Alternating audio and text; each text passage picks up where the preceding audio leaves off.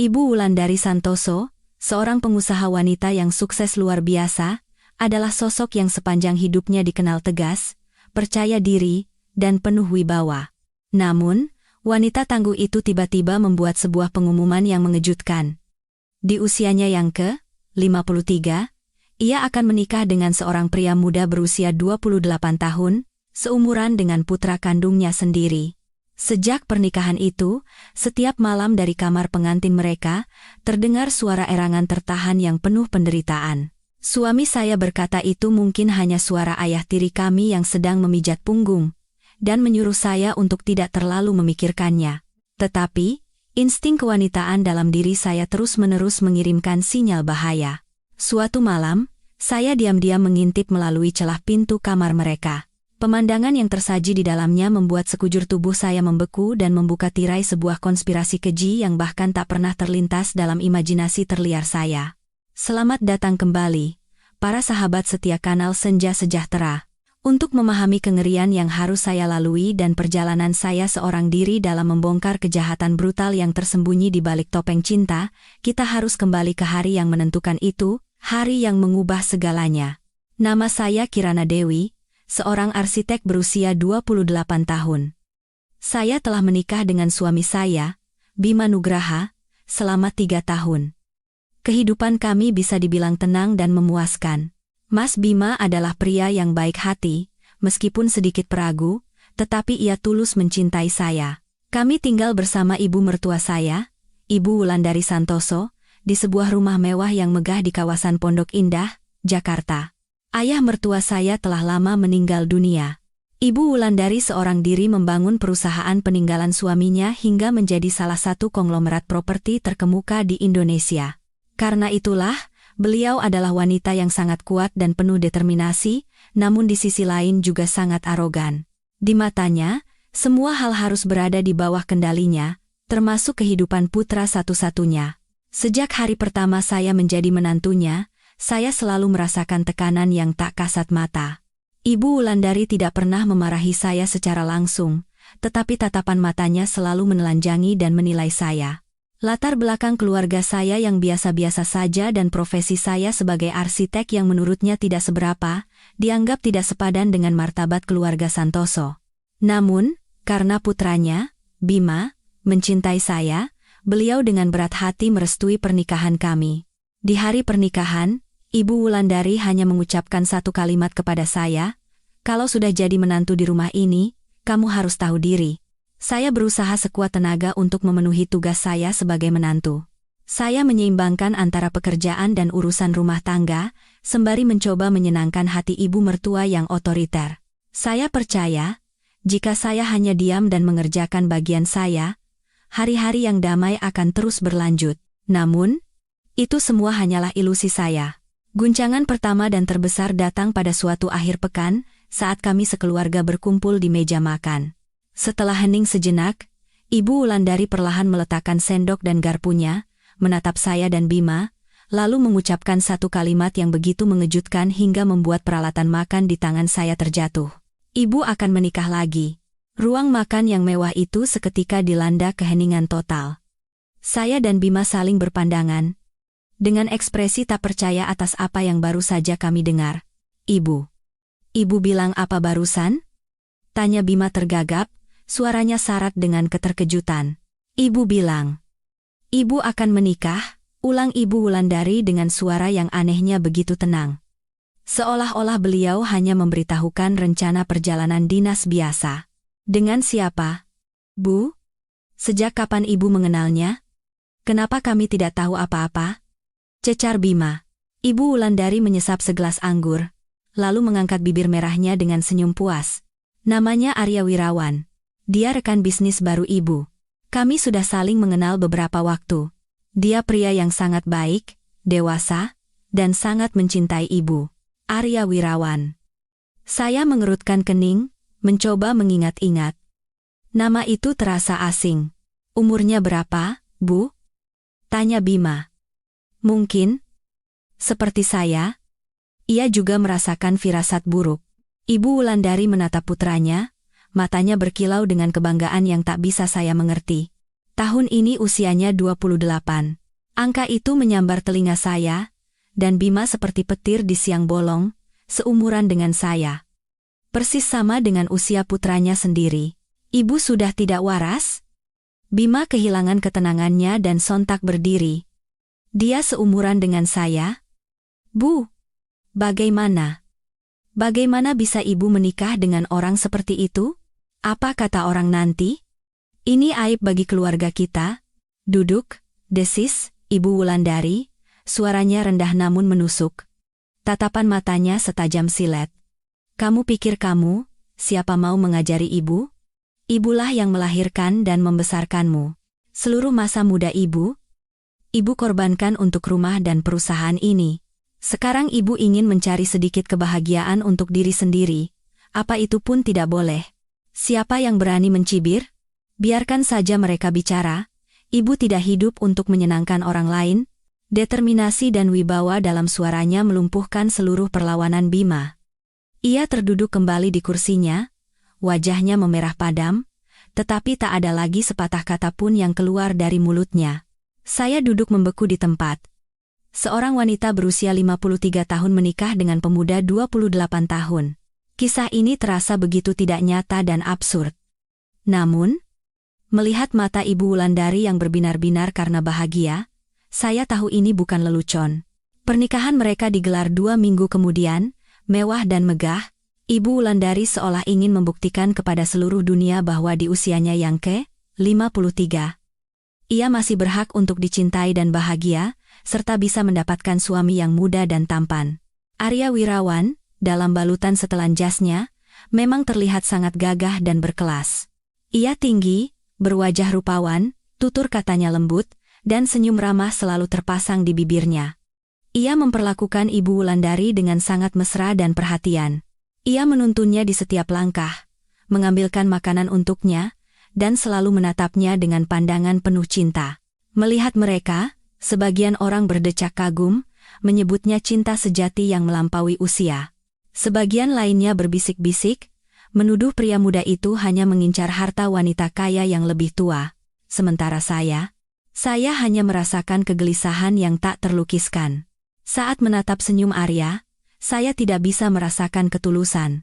Di balik penampilannya yang terlalu sempurna dan teatrikal, saya merasa ada aura dingin yang mengerikan. Tapi saya tidak punya bukti. Saya hanya bisa diam, berharap bahwa intuisi saya salah.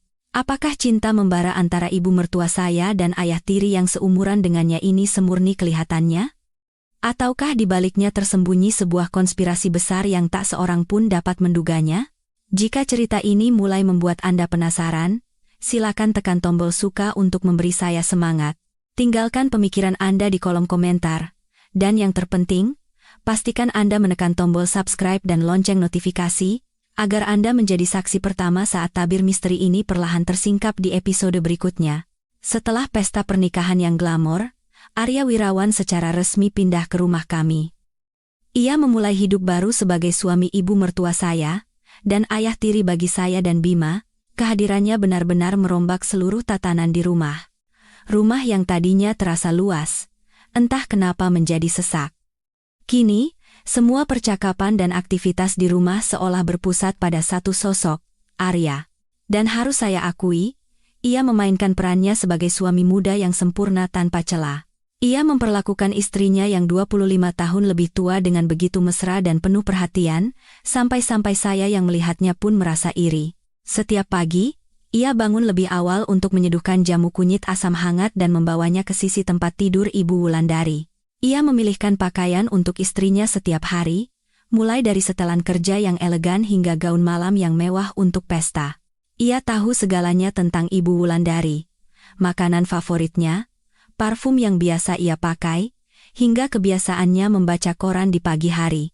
Saat makan, ia selalu mengambilkan lauk untuknya, mengupaskan udang, dan memisahkan duri dari daging ikan. Hal-hal yang bahkan Bima, putra kandungnya, tidak pernah lakukan. Arya seolah menjadi perpaduan antara pelayan yang setia, kekasih yang romantis, dan anak yang berbakti, semuanya dalam satu waktu. Ibu Wulandari, yang seumur hidupnya dikenal tangguh dan angkuh, luluh total di hadapan pengabdian suami mudanya. Ia menjadi lebih lembut, lebih sering tersenyum, dan mulai bergantung sepenuhnya pada Arya. Dari hal kecil seperti memilih sepatu, hingga urusan besar seperti menandatangani kontrak penting perusahaan, ia selalu bertanya pada Arya, "Arya, sayang, baju ini cocok tidak untukku? Arya, bagaimana menurutmu klien yang ini? Bisa dipercaya?" Arya, dengan senyum ramah dan suara tenangnya, selalu memberikan nasihat yang terdengar masuk akal dan bijaksana, membuat Ibu Wulandari semakin percaya dan bersandar padanya. Suami saya, Bima, pada awalnya merasa canggung dan tidak nyaman memanggil Arya dengan sebutan ayah. Namun, melihat ibunya begitu bahagia dan melihat sikap Arya yang terampil serta penuh perhatian, ia pun perlahan membuka hatinya. Arya tidak pernah bersikap sok tua. Ia memperlakukan Bima seperti teman atau kakak. Ia mengajaknya berolahraga bersama, berdiskusi tentang pekerjaan, bahkan membantu Bima menyelesaikan beberapa negosiasi kontrak yang alot. Perlahan, Bima pun takluk. Ia mulai memanggil Arya dengan sebutan ayah secara lebih alami. Ia bahkan berkata pada saya, "Ternyata kekhawatiranmu tidak beralasan, ya? Ayah itu orang yang sangat baik." Ibu beruntung sekali bisa bertemu dengannya. Saya hanya tersenyum tanpa berkata apa-apa. Saya juga berusaha untuk percaya. Saya mencoba menepis firasat buruk yang muncul di awal. Mungkin aku yang terlalu curiga, kata saya pada diri sendiri. Cinta yang melampaui usia itu pasti ada. Ibu mertua juga sudah bekerja keras seumur hidupnya. Beliau berhak bahagia. Namun, hari-hari seindah lukisan itu tidak berlangsung lama. Sekitar sebulan setelah pernikahan, saya mulai merasakan sinyal keanehan yang pertama. Kesehatan Ibu Wulandari mulai menurun secara drastis tanpa alasan yang jelas. Beliau, yang terkenal sangat bugar dan jarang sekali sakit, tiba-tiba menjadi mudah lelah dan tidak bersemangat. Ia mengeluh sakit kepala, pusing, dan kehilangan nafsu makan. Awalnya, kami pikir itu hanya karena faktor usia dan kesibukan di kantor. Arya, melihat kesempatan ini, merawatnya dengan lebih intensif. Ia melarang Ibu Wulandari pergi ke kantor, dan berkata bahwa semua pekerjaan akan ia tangani. Ia sendiri yang merebus ramuan-ramuan herbal dan memasak makanan bergizi, menjaganya siang dan malam. Ia tidak mengizinkan siapapun, termasuk saya atau asisten rumah tangga, untuk ikut merawat ibu. "Istri saya biar saya sendiri yang urus. Kalian kerjakan saja urusan masing-masing." Semua orang tersentuh oleh pengabdian Arya. Bima tak henti-hentinya memuji ayah tirinya. Memang hanya ayah yang bisa diandalkan? Tidak ada orang lain yang bisa merawat ibu seperti itu. Dengan adanya ayah di sisinya, aku jadi tenang. Tetapi saya, dengan kepekaan sebagai seorang wanita dan insting sebagai arsitek yang sensitif terhadap penataan ruang, merasa ada sesuatu yang salah. Kamar tidur Ibu Wulandari, yang sebelumnya selalu terang dan nyaman, kini pintunya selalu tertutup rapat dan gordennya diturunkan, membuatnya gelap dan pengap. Arya berkata ibu butuh istirahat dalam ketenangan. Ia membawa berbagai macam tanaman herbal ke dalam kamar dan membakar dupa yang katanya baik untuk menenangkan jiwa dan raga. Namun, aroma herbal dan dupa itu sama sekali tidak wangi, baunya aneh, menusuk, dan membuat saya pusing setiap kali masuk ke kamar itu. Ibu Wulandari, yang dulu sangat benci ada aroma asing di kamarnya, kini tidak mengeluh sama sekali. Beliau hanya terbaring lemah di tempat tidur. Kondisinya semakin hari semakin memburuk, hingga muncul rasa nyeri yang menusuk di persendian tulangnya, terutama di bagian pinggang. Rasa sakit itu membuatnya sulit berjalan, dan ia hampir sepanjang waktu hanya berbaring di tempat tidur. Semua kebutuhannya bergantung pada Arya. Ia telah berubah menjadi orang yang sama sekali berbeda. Dari seorang pengusaha wanita yang berwibawa dan angkuh, menjadi seorang wanita tua yang sakit-sakitan dan lemah, yang hanya menanti perawatan dari suami mudanya. Arya tetap berada di sana. Tetap menjadi suami yang berbakti, tanpa satu keluhan pun. Namun anehnya, di balik pengabdiannya itu, saya seperti melihat sebuah kalkulasi yang dingin. Seolah-olah semuanya berjalan sesuai dengan naskah yang telah ia tulis. Kehidupan di rumah kami berubah total. Tidak ada lagi pesta atau pertemuan dengan rekan bisnis. Sebaliknya, rumah dipenuhi oleh atmosfer penyakit yang berat dan bau ramuan herbal yang menyengat. Saya merasa seperti tinggal di sebuah klinik pribadi, di mana Arya adalah suami sekaligus dokter, dan ibu mertua adalah satu-satunya pasiennya. Kesehatan Ibu Wulandari yang menurun menjadi semakin nyata. Rasa sakit di pinggangnya menjadi lebih sering dan hebat, terutama di malam hari. Dan sejak saat itulah, saya mulai mendengar suara-suara aneh. Setiap malam, ketika seluruh rumah telah larut dalam keheningan, dari kamar Ibu Wulandari dan Arya di ujung koridor, terdengar suara erangan yang menyakitkan. Bukan suara yang keras. Itu adalah suara yang serak dan mengerikan, seolah-olah dipaksa ditahan di tenggorokan. Pertama kali mendengarnya, saya terlonjak kaget dari tidur. Jantung saya berdebar kencang. Saya mengguncang tubuh Bima. "Mas, kamu dengar suara itu? Seperti suara ibu?" Bima, dengan mata mengantuk, mendengarkan sejenak, lalu berkata acuh tak acuh, "Paling pinggangnya sakit lagi. Kan ada ayah di sana? Apa yang kamu khawatirkan? Tidur lagi saja." Lalu ia menarik selimut dan kembali tertidur. Saya tidak bisa tidur. Saya memasang telinga. Suara erangan itu berlangsung sekitar 15 hingga 20 menit, lalu berhenti, digantikan oleh keheningan malam yang terasa mencekam. Selama beberapa malam berikutnya, suara aneh itu terus berulang, selalu sekitar jam 1 atau 2 dini hari. Hal itu menjadi mimpi buruk yang menghantui saya, sebuah teka-teki besar yang tak terpecahkan. Mengapa rasa sakit ibu hanya muncul di tengah malam? Dan mengapa erangannya terdengar begitu tertahan? Bima, yang awalnya tidak peduli, mulai khawatir setelah saya membangunkannya berkali-kali. Keesokan paginya di meja makan, ia tidak tahan lagi dan bertanya langsung pada Arya. "Ya, sepertinya akhir-akhir ini ibu sering kesakitan di malam hari. Apa nyeri pinggangnya semakin parah? Mungkin sebaiknya kita bawa ke rumah sakit besar untuk pemeriksaan menyeluruh." Arya, yang sedang dengan lembut menyuapi Ibu Wulandari bubur, tersenyum ramah dan menenangkan. "Tidak apa-apa, Bima. Ayah sudah memeriksanya. Ibumu menderita degenerasi tulang belakang karena faktor usia. Obat-obatan kimia tidak baik jika dikonsumsi dalam jangka panjang. Ayah sedang merawatnya dengan terapi akupunktur dan pijat totok darah.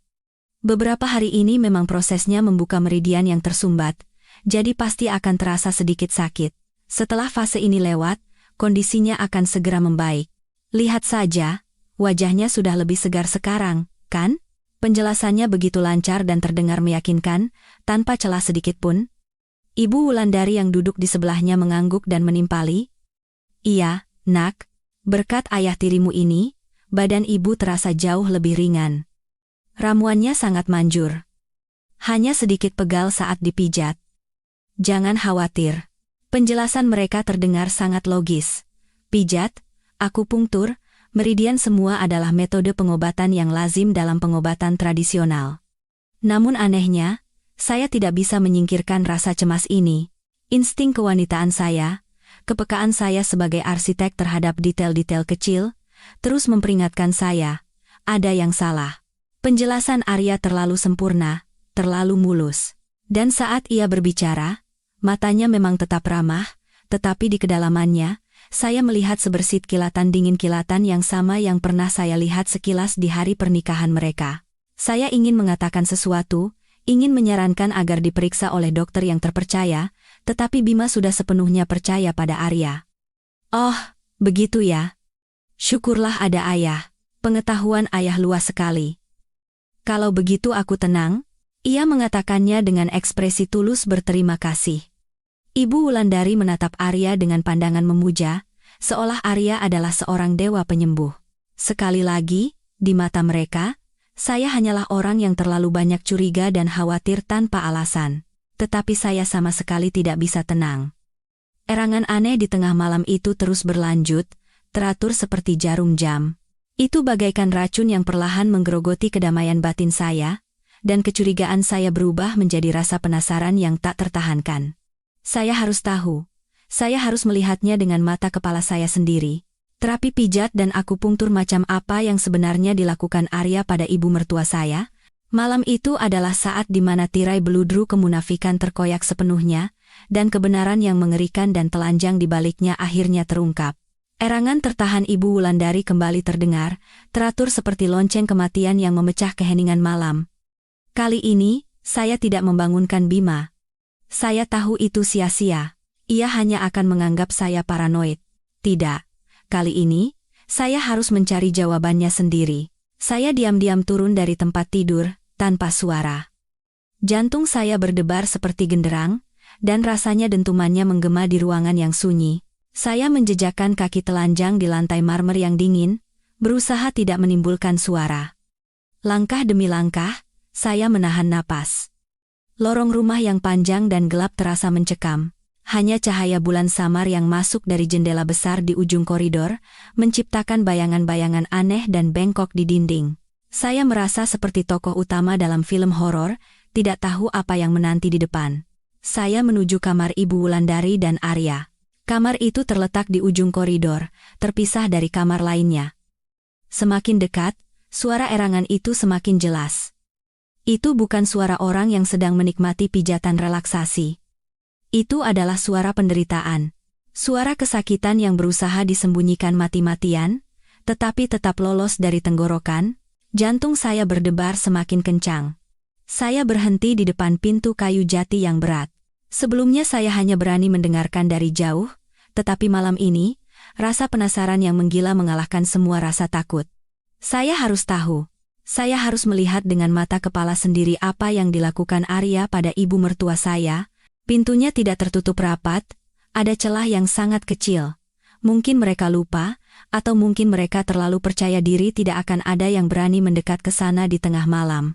Cahaya kuning temaram dari dalam kamar menyelinap keluar, dan suara erangan semakin keras. Perlahan dan sangat hati-hati. Saya berlutut dan menempelkan mata ke celah pintu. Pemandangan di dalamnya membuat saya terkesiap ngeri. Saya harus membekap mulut dengan tangan untuk menahan jeritan yang nyaris keluar. Darah di sekujur tubuh saya terasa membeku. Di atas ranjang besar dengan spray sutra berwarna krem. Ibu Wulandari terbaring tengkurap, punggungnya terekspos. Beliau tidak tidur. Kedua tangannya mencengkeram erat kepala ranjang yang terbuat dari kayu, buku-buku jarinya memutih, seluruh tubuhnya bergetar hebat. Wajahnya berkerut menahan sakit, bibirnya digigit begitu keras hingga nyaris berdarah. Dan Arya Wirawan, suami muda yang berbakti itu. Ia tidak sedang memijat. Ia duduk di sampingnya, satu tangannya menekan kuat bahu Ibu Wulandari agar tidak bergerak. Di tangan yang lain, di bawah cahaya lampu tidur, berkilauan sebuah jarum panjang dan tajam. Dengan gerakan yang tegas, ia menusukkan jarum-jarum itu satu persatu ke titik-titik aneh di punggung ibu mertua saya. Setiap kali satu jarum menancap, tubuh Ibu Wulandari tersentak, dan erangan kesakitan lolos dari sela-sela bibirnya yang terkatup. Suara yang pilu dan menyayat hati, itu bukan pijatan. Itu adalah penyiksaan. Penyiksaan tanpa suara yang kejam. Jarum-jarum perak yang menancap di punggung telanjang Ibu Wulandari tampak seperti duri beracun yang menembus dagingnya. Saya bisa melihat butiran keringat di dahinya dan air mata yang mengalir tanpa daya di pelipisnya. Ia sedang menderita kesakitan yang luar biasa, tetapi ia tidak bisa berteriak atau melawan. Kenapa? Mengapa ia hanya bisa menahannya dengan mengatupkan gigi? Apakah ia juga takut akan sesuatu? Atau apa yang telah dikatakan Arya padanya? Apakah Arya meyakinkannya bahwa ini adalah bagian dari proses penyembuhan? Apapun alasannya, melihat wanita pengusaha yang dulu begitu perkasa itu kini terbaring tak berdaya disiksa oleh orang lain, memberi saya rasa ngeri yang tak terlukiskan. Saya membeku di tempat, seluruh tubuh saya terasa dingin. Semua kecurigaan dan spekulasi saya sebelumnya kini terkonfirmasi dengan cara yang paling brutal. Arya Wirawan, suami muda yang berbakti, sang dewa penyembuh di mata ibu mertua saya, ternyata adalah iblis. Ia tidak sedang menyembuhkannya. Setiap malam, dengan jarum-jarum akupunktur itu, ia secara perlahan menyiksa dan menghancurkannya. Tapi kenapa? Apa tujuannya? Apa yang ingin ia dapatkan dengan melakukan ini? Berjuta pertanyaan berputar di kepala saya, tetapi saya tidak bisa menemukan jawabannya.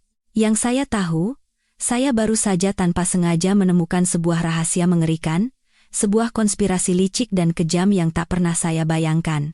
Saya tidak bisa berlama-lama di sana. Jika terus di sana, saya takut akan menerobos masuk tanpa sadar. Langkah demi langkah, saya mundur tanpa suara, lalu berlari secepat mungkin ke kamar saya. Saya membanting pintu, menguncinya, lalu merosot ke lantai.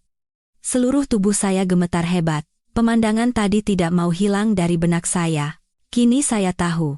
Ini bukan pengobatan.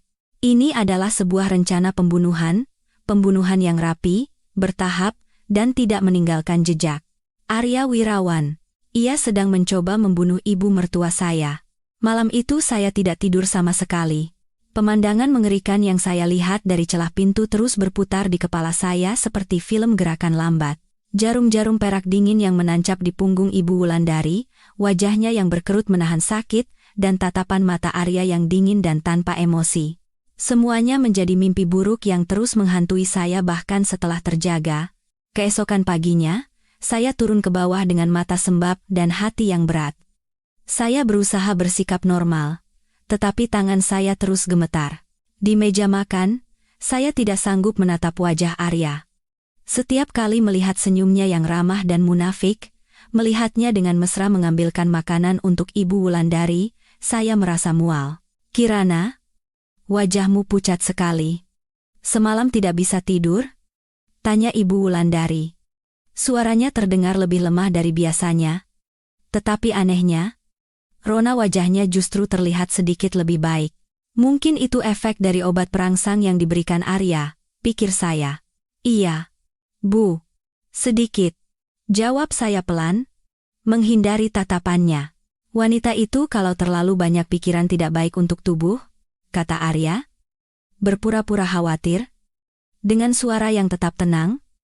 Tadi malam ayah memijat ibumu lagi, dan badannya terasa jauh lebih enak. Sepertinya metode ayah memang manjur. Terima kasih ya, sayang.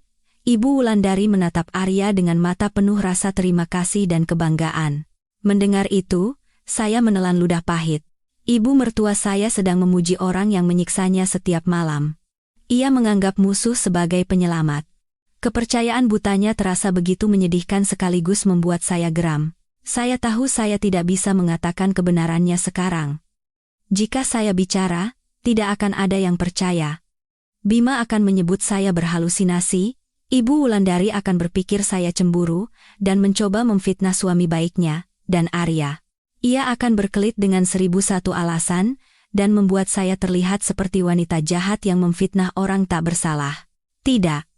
Aku tidak boleh bertindak bodoh. Aku butuh bukti. Aku harus mencari tahu dengan jelas apa efek dari jarum-jarum itu. Dari titik-titik akupunktur itu. Aku harus membongkar konspirasinya dengan pengetahuan ilmiah, bukan hanya dugaan. Selesai sarapan, saya berbohong ada urusan mendesak di kantor dan segera pergi. Tapi saya tidak pergi ke kantor. Saya mengemudikan mobil ke sebuah toko buku besar dan langsung menuju bagian buku kedokteran. Saya, seorang arsitek, kini harus menyelami bidang yang sama sekali asing, pengobatan tradisional dan akupunktur. Saya membeli semua buku yang paling tebal dan paling otoritatif tentang titik-titik meridian dan berbagai metode tusuk jarum. Kembali ke kantor, saya mengunci pintu dan memulai penyelidikan rahasia saya. Seperti mahasiswa kedokteran yang akan menghadapi ujian, saya tenggelam dalam buku-buku itu. Saya mencoba mengingat kembali posisi titik-titik di punggung Ibu Wulandari yang saya lihat semalam, lalu mencocokkannya dengan diagram rumit di dalam buku. Awalnya, saya nyaris tersesat di antara nama-nama asing seperti Mingmen, Shenshu, Pishu. Tetapi semakin saya membaca, semakin saya mendalami, sebuah kebenaran mengerikan perlahan terungkap. Titik-titik yang ditusuk oleh Arya sama sekali tidak berhubungan dengan resep umum untuk mengobati nyeri pinggang atau degenerasi tulang belakang. Sebaliknya, titik-titik itu adalah titik-titik vital yang terhubung langsung dengan organ-organ dalam dan energi kehidupan tubuh manusia. Stimulasi berlebihan pada titik Shenshu dapat merusak fungsi ginjal, menyebabkan kelelahan, nyeri punggung, dan telinga berdenging. Stimulasi yang salah pada titik Shinshu dapat memengaruhi sistem kardiovaskular, menyebabkan jantung berdebar, sesak napas, dan insomnia. Dan titik Mingmen, yang terletak di antara kedua ginjal, disebut sebagai gerbang kehidupan, tempat energi vital tubuh disimpan. Menusuk titik ini secara sembarangan dapat merusak energi vital, membuat tubuh melemah drastis, dan perlahan-lahan menuju kematian. Membaca kalimat itu, tangan saya gemetar. Kini saya mengerti. Konspirasi Arya begitu licik dan canggih. Ia tidak menggunakan racun biasa yang mudah terdeteksi saat diotopsi. Ia menggunakan pengetahuannya yang mendalam tentang pengobatan tradisional sebagai senjata pembunuh. Ia sedang merusak organ-organ dalam Ibu Wulandari sedikit demi sedikit, membuatnya melemah dalam penderitaan hingga akhirnya tumbang. Rona wajahnya yang terlihat lebih baik mungkin hanyalah fenomena sesaat sebelum tubuhnya benar-benar hancur. Dan rasa sakit yang dialami Ibu Wulandari di tengah malam bukanlah efek samping dari membuka meridian, melainkan reaksi tubuh yang sedang dirusak, jeritan putus asa dari organ-organ dalamnya. Tapi kenapa? Kenapa ia melakukan ini? Untuk menguasai harta? Mungkin saja. Tapi mengapa menggunakan cara yang begitu kejam dan memakan waktu lama? Pasti ada cara yang lebih cepat. Saya terus mencari referensi, dan menemukan satu paragraf yang membuat tulang punggung saya merinding. Beberapa kitab pengobatan kuno mencatat adanya sebuah ilmu tusuk jarum rahasia yang tidak hanya dapat menyebabkan penderitaan fisik dan kelemahan, tetapi juga dapat memanipulasi pikiran. Teknik ini dapat membuat korban jatuh ke dalam kebingungan dan ketakutan, kehilangan keinginan untuk melawan, dan secara bertahap menjadi bergantung sepenuhnya pada si pelaku. Korban akan menganggap penyiksanya sebagai penyelamat, satu-satunya orang yang bisa meredakan penderitaan mereka, tanpa menyadari bahwa orang itulah yang menciptakan penderitaan tersebut. Ini dia. Inilah jawabannya. Arya tidak hanya ingin membunuh Ibu Wulandari, ia ingin menguasainya sepenuhnya, baik secara fisik maupun mental. Ia ingin menjadikannya boneka, lalu secara legal mengambil alih seluruh harta dan grup perusahaan, baru setelah itu ia akan mengakhiri hidupnya. Saya sadar. Arya bukan sekadar mencoba meracuni ibu mertua saya. Ia sedang menjalankan sebuah balas dendam. Sebuah rencana balas dendam yang diperhitungkan dengan sangat teliti, dingin, kejam, dan tidak manusiawi. Setelah mengetahui konspirasi licik Arya, saya menjalani hari-hari dalam ketegangan dan ketakutan yang luar biasa. Setiap malam, erangan kesakitan ibu mertua saya kembali terdengar, dan setiap kali mendengarnya, hati saya terasa seperti diiris-iris. Saya sedang menyaksikan sebuah pembunuhan berencana yang canggih terjadi di rumah saya sendiri, tetapi saya tidak bisa berbuat apa-apa. Saya hanya punya dugaan berdasarkan buku kedokteran, tanpa bukti konkret. Jika saya bicara, siapa yang akan percaya? Saya hanya bisa diam, mengamati, dan menunggu. Berharap bisa menemukan celah dalam tindakan Arya. Sementara itu, sandiwara Arya terus berjalan dengan sempurna. Ia tetap menjadi suami muda yang berbakti, menjaga istrinya yang sakit siang dan malam. Ia merebuskan obat, memasak bubur, dan memijat Ibu Wulandari. Ia menenangkannya dengan kata-kata manis. Bagi Ibu Wulandari yang sedang berada dalam penderitaan dan keputusasaan, kata-kata Arya bagaikan obat ajaib.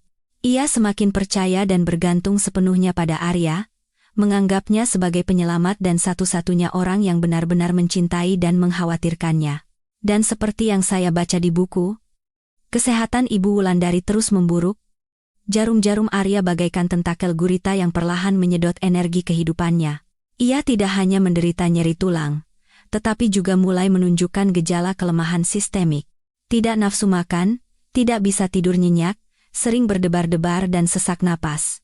Tubuhnya menjadi kurus kering, kulitnya yang dulu segar kini pucat dan kusam.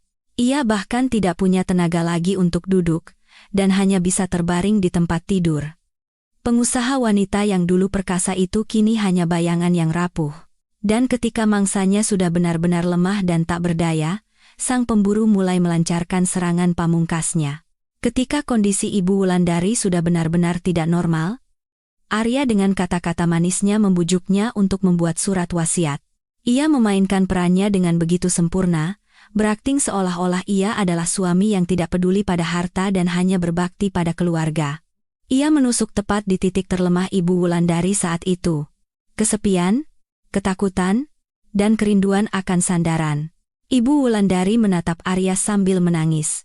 Baiklah, baiklah, aku percaya padamu. Aku akan mewariskan semuanya padamu. Suaranya terdengar lemah dan samar, tetapi itu adalah tanda persetujuan yang tak bisa ditarik kembali. Saya bersembunyi di balik pintu, mendengarkan semua percakapan itu. Hati saya terasa dingin. Rencana Arya berhasil. Dengan satu tanda tangan dari korbannya, Ia akan secara legal memiliki segalanya. Saya tidak bisa membiarkan itu terjadi. Saya harus melakukan sesuatu, saya harus memperingatkan ibu mertua saya, meskipun saya tahu kemungkinannya sangat kecil. Malam itu juga, saya memutuskan untuk bertindak. Saya tidak bisa hanya duduk diam melihat ibu mertua saya menandatangani surat kematiannya sendiri dan menyerahkan segalanya ke tangan iblis. Saya menunggu sampai Arya keluar rumah, dengan alasan harus membeli beberapa ramuan herbal langka. Itu adalah satu-satunya kesempatan saya untuk bicara berdua dengan Ibu Wulandari. Begitu Arya pergi, saya segera masuk ke kamarnya. Ruangan itu masih gelap dan dipenuhi bau herbal yang memuakkan. Ibu Wulandari terbaring dengan mata terpejam, napasnya terdengar lemah. "Ibu?" panggil saya pelan, duduk di samping tempat tidurnya. Ibu Wulandari perlahan membuka mata. Ia tampak sedikit terkejut melihat saya. "Kirana? Ada apa kamu di sini?" "Arya kemana?" "Mas Arya sedang keluar membeli obat untuk ibu," kata saya, berusaha menjaga suara saya setenang dan selembut mungkin. "Bu, ada yang ingin saya sampaikan. Ini sangat penting." Ibu Wulandari mengerutkan kening. "Apa?" Saya menarik napas dalam-dalam, mengumpulkan segenap keberanian saya. "Ibu, jangan percaya pada ayah tiri, pada Mas Arya. Dia bukan orang baik seperti yang ibu kira." Seketika, ekspresi Ibu Wulandari berubah. Kerapuhan yang tadi terlihat lenyap, digantikan oleh aura dingin dan tajam. "Apa yang kamu bicarakan? Jangan menjelek-jelekkan Arya. Dia penyelamatku. Tanpa dia, aku mungkin sudah mati." "Tidak, Bu." Jelas saya dengan suara mendesak dan penuh permohonan. "Justru dialah yang menyakiti ibu. Rasa sakit ibu, kelemahan ibu, semua itu perbuatannya. Saya melihatnya. Bu." Saya melihat dengan mata kepala saya sendiri, dia menusukkan jarum ke titik-titik berbahaya di punggung ibu. "Itu bukan pengobatan, itu cara untuk membunuh ibu secara perlahan." Saya berharap kata-kata saya, permohonan saya, bisa menggoyahkannya. Tapi tidak. Saya salah. Ibu Wulandari, yang fisik dan mentalnya telah dikuasai, telah kehilangan sepenuhnya kemampuan untuk menilai. Di matanya sekarang, Arya adalah penyelamat, dan saya adalah penjahatnya. Ia menatap saya dengan mata melotot, bibirnya bergetar karena marah. Kamu diam," teriaknya dengan suara serak. "Kamu cemburu, kan? Kamu cemburu melihat aku dirawat oleh suami yang muda dan penuh kasih, sementara anakku sendiri begitu tidak becus. Kamu begini karena aku akan mewariskan hartaku pada Arya, bukan pada kalian kan?" Saya kehilangan kata-kata. "Ibu, bagaimana bisa ibu berpikir seperti itu tentang saya?" "Saya tulus demi ibu. Demi kamu sendiri." Cibirnya, senyumnya penuh ejekan sinis. "Kamu ingin aku cepat mati supaya kamu dan Bima bisa menguasai semua harta, kan? Aku tahu akal bulusmu. Hentikan kepura-puraanmu, dasar ular. Keluar dari kamarku. Sekarang juga." Ia berteriak hingga terbatuk-batuk hebat, memegangi dadanya dan terengah-engah. Saya panik dan mencoba membantunya, tetapi ia menepis tangan saya dengan kasar. "Jangan sentuh aku. Pergi kau, ular." Tepat pada saat itu, pintu terbuka dengan kasar. Arya telah kembali. Ia melihat pemandangan kacau di dalam kamar. Ibu Wulandari yang terengah-engah, dan saya yang membeku di samping tempat tidur. Ia bergegas menghampiri. "Sayang, ada apa?" Ia memeluk Ibu Wulandari dan mengelus dadanya. "Kirana, apa yang kamu lakukan pada istriku?" teriaknya ke arah saya dengan mata penuh amarah. Saya tidak melakukan apa-apa," gagap saya. Ibu tiba-tiba. "Masih mau mengelak?" potong Arya. "Aku hanya pergi sebentar dan kau masuk untuk membuat keributan seperti ini? Bukan begitu. Sayang, jangan salahkan dia," kata Ibu Wulandari terengah-engah, mencengkeram tangan Arya seolah itu adalah tali penyelamat. Dia hanya kurang dewasa. Tolong. Suruh dia pergi. Aku tidak mau melihat wajahnya." Arya menoleh ke arah saya, tatapannya sedingin es. "Anda dengar? Silakan keluar. Dan untuk selanjutnya, jangan masuk ke kamar ini tanpa izin saya." Ucapnya dengan nada memerintah. Saya berdiri di sana, bagai disiram air es. Saya gagal. Peringatan saya tidak hanya sia-sia, tetapi justru membuat saya menjadi penjahat yang dituduh ingin mencelakai ibu mertua saya.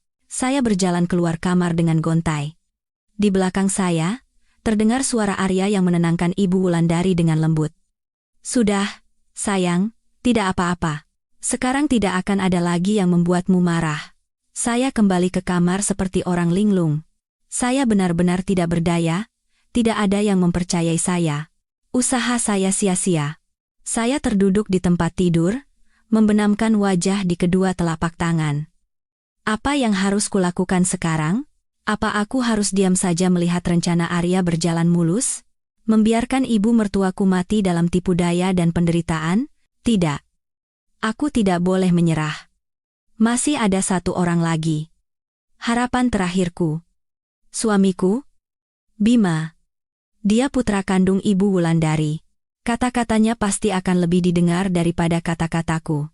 Aku harus memberitahunya, aku harus meyakinkannya, sekecil apapun harapan itu, aku harus mencobanya. Setelah kegagalan pahit saat mencoba memperingatkan ibu mertua, harapan terakhir saya kini bergantung pada seutas benang tipis. Bima. Dia adalah suami saya dan satu-satunya putra kandung Ibu Wulandari. Sekuat apapun pengaruh Arya, suara Bima sebagai anak kandung pastilah lebih berbobot daripada saya, seorang menantu yang dianggap orang luar. Saya menunggu dengan cemas hingga Bima pulang kerja. Sepanjang sore itu, saya mengurung diri di kamar, memikirkan ratusan cara untuk memulai pembicaraan dan meyakinkannya. Ini adalah sebuah pertaruhan. Jika Bima percaya, saya akan mendapatkan sekutu dan memiliki kesempatan untuk membalikkan keadaan. Tetapi jika ia tidak percaya, saya akan benar-benar sendirian, dan mungkin akan diusir dari rumah ini. Malam itu, Bima pulang dengan wajah lelah. Ia masuk ke kamar dan melihat saya duduk termenung. Lalu duduk di samping saya. Ada apa? Masih karena kejadian tadi siang? Tanyanya dengan nada menyesal. Aku sudah dengar ceritanya dari ayah. Ibu sedang sakit, jadi lebih sensitif. Kamu maklumi saja, ya? Ayah? Saya tersenyum getir. Mesra sekali panggilanmu. Kamu benar-benar percaya orang itu sedang menyembuhkan ibu? Bima mengerutkan kening mendengar nada bicara saya. Maksudmu apa? Tentu saja, aku percaya. Ayah orang yang baik. Sejak kedatangannya, ibu menjadi jauh lebih ceria. Saya menarik napas dalam-dalam. Inilah saatnya, Mas Bima. Saya memegang tangannya, menatap lurus ke matanya dengan tatapan memohon.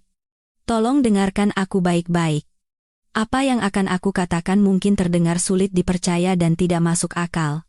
Tapi kumohon, untuk sekali ini saja, percayalah padaku. Bima tampak sedikit terkejut dengan keseriusan saya. Ia mengangguk. Baiklah. Katakan saja. Ada apa? Lalu, saya menceritakan semuanya. Saya ceritakan tentang pemandangan mengerikan yang saya lihat dari celah pintu, tentang jarum-jarum akupunktur, tentang wajah kesakitan Ibu Wulandari. Saya jelaskan tentang titik-titik mematikan yang saya temukan di buku kedokteran, tentang konspirasi untuk melemahkan fisik dan menguasai pikiran. Suara saya bergetar, dan air mata menggenang di pelupuk mata. Saya mencoba menyalurkan semua ketakutan dan keyakinan saya kepadanya. Mas, dia tidak sedang menyembuhkan ibu. Dia sedang membunuhnya secara perlahan. Dia itu iblis. Dia punya rencana untuk merampas seluruh harta keluarga kita. Kita harus melakukan sesuatu. Bawa ibu ke rumah sakit atau lapor polisi. Saya berharap kata-kata saya, air mata saya, bisa menyadarkannya. Tapi tidak. Yang saya dapatkan adalah keheningan yang menusuk. Bima duduk tak bergerak. Wajahnya berubah dari kaget, menjadi bingung, dan akhirnya menjadi tidak percaya bercampur kesal. Ia menarik tangannya dari genggaman saya dan sedikit menjauh, seolah menjaga jarak dari orang gila. Kirana, katanya dengan suara lelah. Aku tahu kamu stres akhir-akhir ini. Aku tahu kamu tidak suka pada ayah tiri kita. Dan aku tahu ibu terkadang bersikap keras padamu. Tapi, imajinasi kamu ini keterlaluan. Imajinasi? Saya terperangah. Aku melihatnya dengan mata kepalaku sendiri, Mas. Ini bukan imajinasi. Kamu lihat apa? Suaranya meninggi. Kamu lihat ayah menusukkan jarum ke ibu? Memangnya kenapa? Itu kan cara pengobatannya. Banyak hal dalam pengobatan tradisional yang tidak kita mengerti. Apa masuk akal kamu menuduh seseorang sebagai pembunuh hanya karena membaca beberapa buku? Ini konyol, Kirana. Tapi titik-titik itu. Saya mencoba menjelaskan. Sudah cukup soal titik-titik itu, potongnya sambil berdiri. Kirana, hentikan. Jangan jadikan kecemburuanmu sebagai delusi. Ayah itu orang baik. Ibu juga sangat mempercayainya. Kalau kamu datang dan mengatakan hal ini pada ibu, apa kamu mau ibu syok dan meninggal? Kamu mau membuat keluarga ini hancur berantakan? Bukan menghancurkan. Aku mau menyelamatkan ibu. Teriak saya sambil menangis. Menyelamatkan? Ia mencibir. Atau jangan-jangan kamu cemburu melihat ayah merawat ibu? Atau kamu khawatir dia akan mengambil harta warisan kita? Ah, aku tahu. Ujung-ujungnya pasti soal uang, kan? Kata-katanya adalah tikaman terakhir yang menembus jantung saya, memutus seutas harapan terakhir yang saya pegang. Jadi begitu. Di matanya, saya hanyalah seorang wanita serakah dan egois, persis seperti yang dikatakan ibunya. Ia tidak mempercayai saya. Tidak ada sedikit pun kepercayaan untuk istrinya yang telah hidup bersamanya selama 3 tahun. Ia memilih untuk percaya pada orang asing yang baru muncul beberapa bulan. Ia memilih untuk menutup mata dari kebenaran, hanya karena ia takut menghadapi ibunya, takut mengakui bahwa ibunya salah, dan takut mengambil tanggung jawab. Ia seorang pengecut yang lemah dan menyedihkan. Saya tidak berkata apa-apa lagi. Semua penjelasan kini sia-sia. Saya menatap pria di hadapan saya, yang pernah saya panggil suami, dan menyadari bahwa dalam pertarungan ini, saya benar-benar sendirian. Keputusasaan. Itulah satu-satunya emosi yang menyelimuti saya. Tidak ada lagi orang yang bisa saya percaya. Tidak ada lagi tempat untuk bersandar. Baiklah. Saya berdiri dan menyeka air mata dengan cepat. Suara saya menjadi anehnya tenang. Kalau itu yang kamu pikirkan, anggap saja aku paranoid dan berhalusinasi, aku tidak akan bicara lagi. Biarkan ibumu dirawat oleh ayahmu yang hebat itu.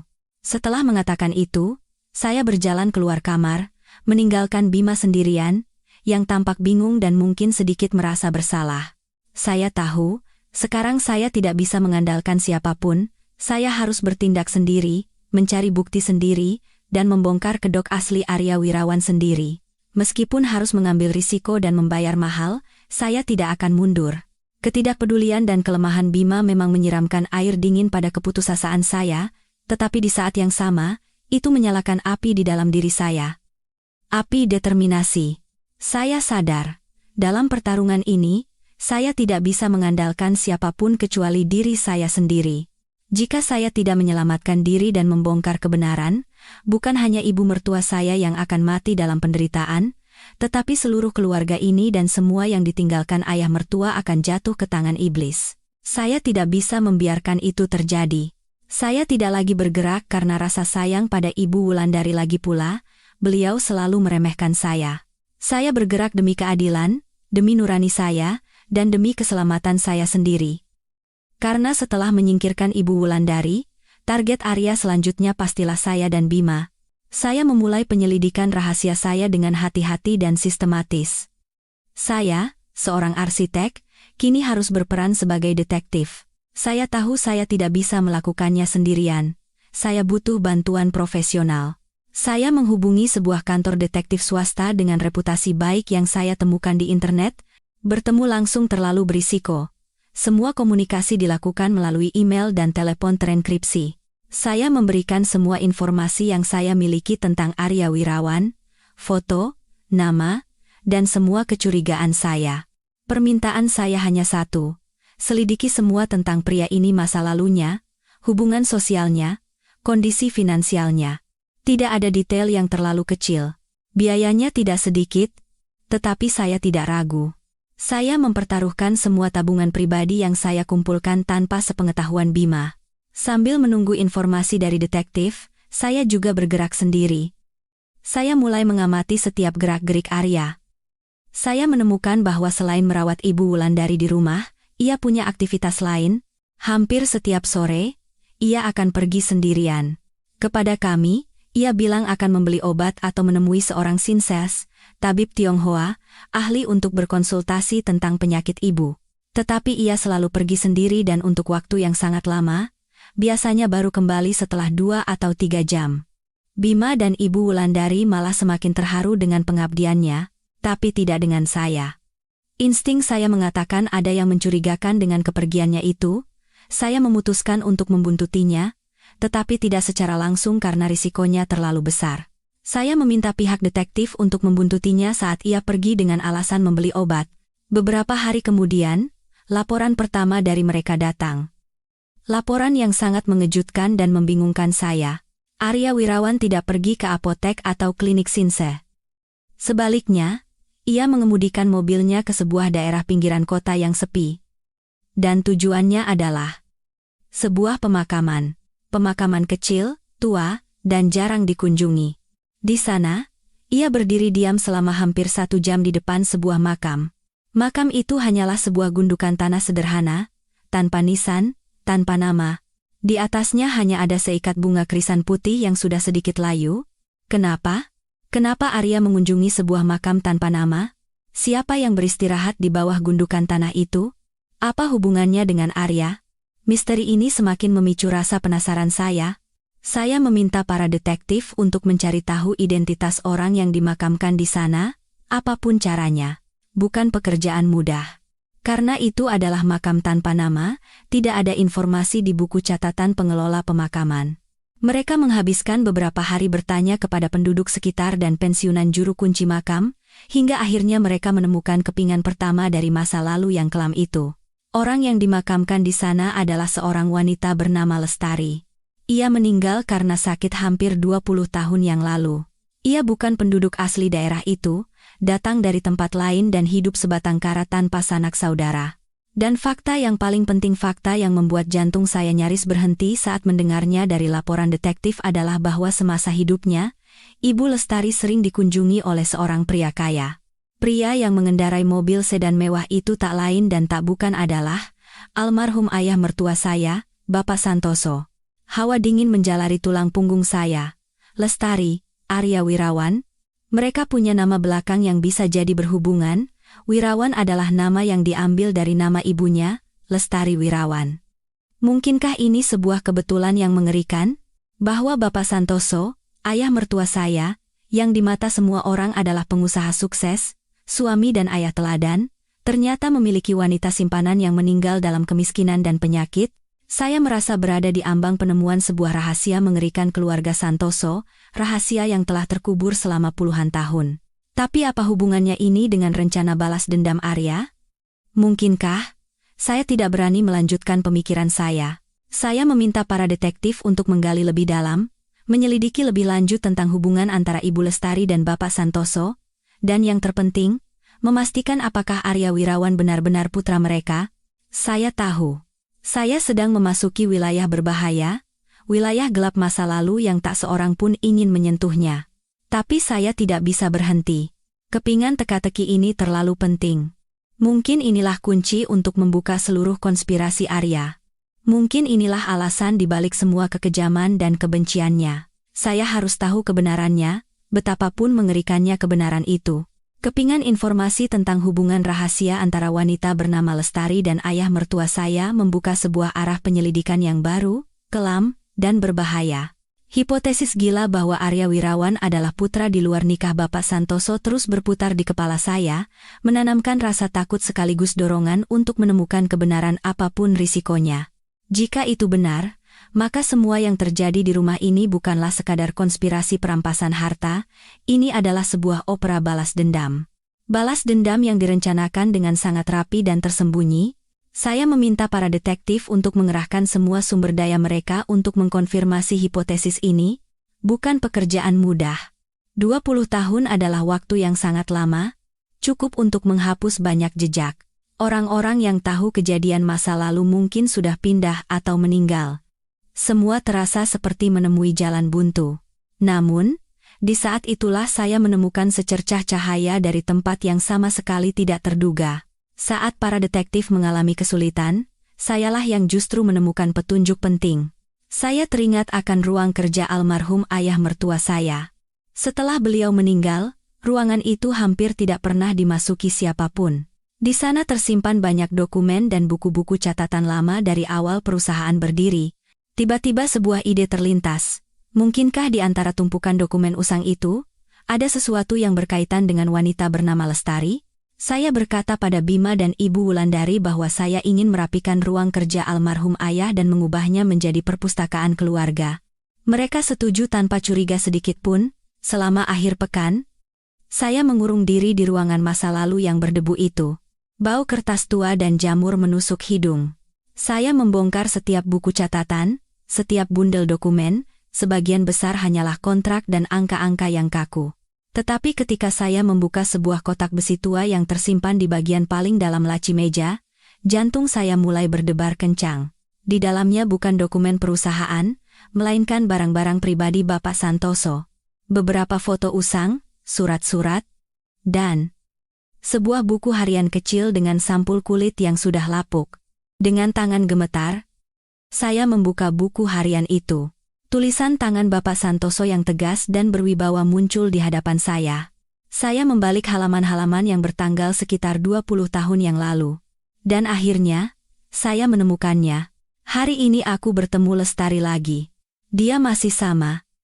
Masih dengan tatapan matanya yang lembut dan sendu. Tapi dia tidak lagi sendiri. Dia menggendong seorang bayi laki-laki yang montok.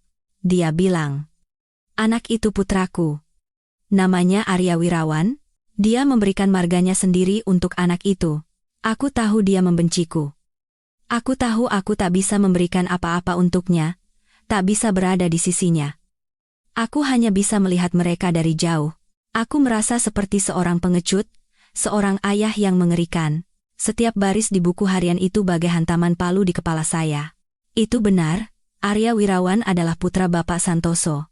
Saudara tiri Bima. Dia bukan orang asing, dia adalah bagian dari keluarga ini, bagian yang terbuang dan terlupakan. Saya terus membaca. Halaman-halaman berikutnya dipenuhi dengan penyesalan dan rasa bersalah Bapak Santoso. Ia mencoba menebus dosanya dengan diam-diam mengirimkan biaya hidup untuk Lestari dan putranya, tetapi rasa bersalah, ketakutan akan segalanya terbongkar, dan ketakutan kehilangan keluarga yang ia miliki saat ini, membuatnya tidak pernah bisa mengakui putranya. Dan halaman terakhir. Halaman yang ternoda oleh bekas air mata. Lestari meninggal. Dia meninggal karena sakit. Aku tidak bisa menemaninya di saat-saat terakhirnya. Sekarang Arya sendirian. Apa yang harus kulakukan? Haruskah kubawa dia pulang? Wulandari tidak akan pernah menerimanya. Bagaimana dengan Bima? Aku pendosa. Aku tak punya pilihan lain selain menitipkannya di panti asuhan dan membiayainya secara diam-diam dari jauh. Kuharap suatu hari nanti, anak itu bisa mengerti penderitaanku. Nak, maafkan ayah. Buku harian itu berakhir di sana. Semua rahasia terungkap. Arya Wirawan, seorang anak yang memiliki ayah, menjadi yatim piatu. Ia tumbuh di panti asuhan. Memupuk kebencian pada ayah yang membuangnya dan pada wanita yang ia yakini telah merebut cinta ayahnya dan membiarkan ibunya mati dalam kesendirian. Kini saya mengerti segalanya. Arya kembali bukan untuk mencari ayahnya atau menuntut warisan. Ia kembali untuk membalas dendam. Membalas dendam pada wanita yang ia yakini telah menghancurkan kebahagiaan mereka, Ibu Wulandari. Ia ingin wanita itu merasakan semua penderitaan dan kehinaan yang dialami ibunya. Ia ingin merebut kembali semua yang ia yakini seharusnya menjadi miliknya. Rencana pembunuhan bertahap, penguasaan mental, konspirasi perampasan harta semuanya adalah bagian dari opera balas dendam yang kejam dan diperhitungkan dengan cermat ini. Saya menutup buku harian itu. Telapak tangan saya terasa dingin, kebenaran ini begitu mengerikan dan tragis. Tragedi dari generasi sebelumnya kini melahirkan tragedi baru bagi generasi berikutnya. Saya merasa kasihan pada masa kecil Arya yang malang, tetapi di saat yang sama, saya marah pada kekejaman dan sifat tidak manusiawi dalam rencana balas dendamnya. Sekeji apapun perbuatan Ibu Wulandari di masa lalu, ia tidak pantas mati dengan cara yang begitu menyakitkan. Dan Bima. Bima sama sekali tidak bersalah. Saya harus menghentikan rantai kebencian ini. Saya harus menghentikan Arya. Tapi bagaimana? Setelah mengetahui kebenaran mengejutkan tentang asal-usul dan motif balas dendam Arya, saya berada dalam posisi yang sangat sulit. Sayalah satu-satunya orang di rumah ini yang mengetahui rahasia itu. Saya memegang kunci untuk mengurai seluruh tragedi ini. Tapi bagaimana cara menggunakan kunci ini? Jika saya memberitahu Bima dan Ibu Wulandari kebenarannya, apa yang akan terjadi? Akankah mereka percaya? Ataukah mereka akan berpikir saya mengarang cerita untuk memfitnah Arya? Bahkan jika mereka percaya, kebenaran ini mungkin akan lebih menyakitkan dan memalukan daripada ditipu. Ibu Wulandari harus menghadapi fakta bahwa suami yang begitu ia puja adalah seorang pengkhianat. Bima harus menerima kenyataan bahwa ayah tirinya adalah saudara tiri yang sedang mencoba membunuh ibunya. Kehancuran psikologis yang akan mereka alami mungkin lebih mengerikan daripada kematian itu sendiri. Tidak. Aku belum bisa mengatakannya sekarang. Tetapi saya juga tidak bisa diam saja membiarkan Arya terus menjalankan rencananya. Saya butuh bukti yang tak terbantahkan. Bukti yang bisa membongkar kejahatannya di tempat kejadian, membuatnya tidak bisa lagi berkelit.